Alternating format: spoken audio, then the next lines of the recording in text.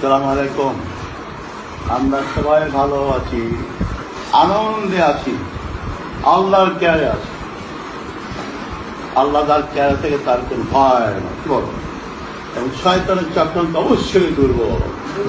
ইন্না কাইদা শাইতান কানা দাইফা। ইনশাআল্লাহ শয়তান পরাজিত হইবে, আল্লাহ বিজয়ী হইবে ইনশাআল্লাহ। নিঃসন্দেহে ইবলিস নিয়ে চক্রান্ত আল্লাহ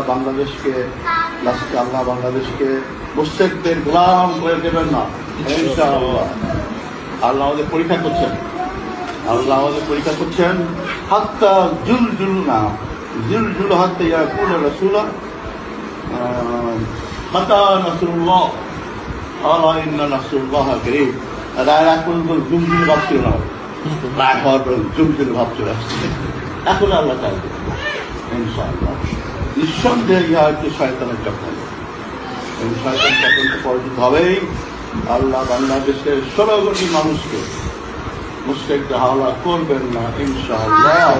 আমরা অবশ্যই বিজয়ী হই ইনশাআল্লাহ।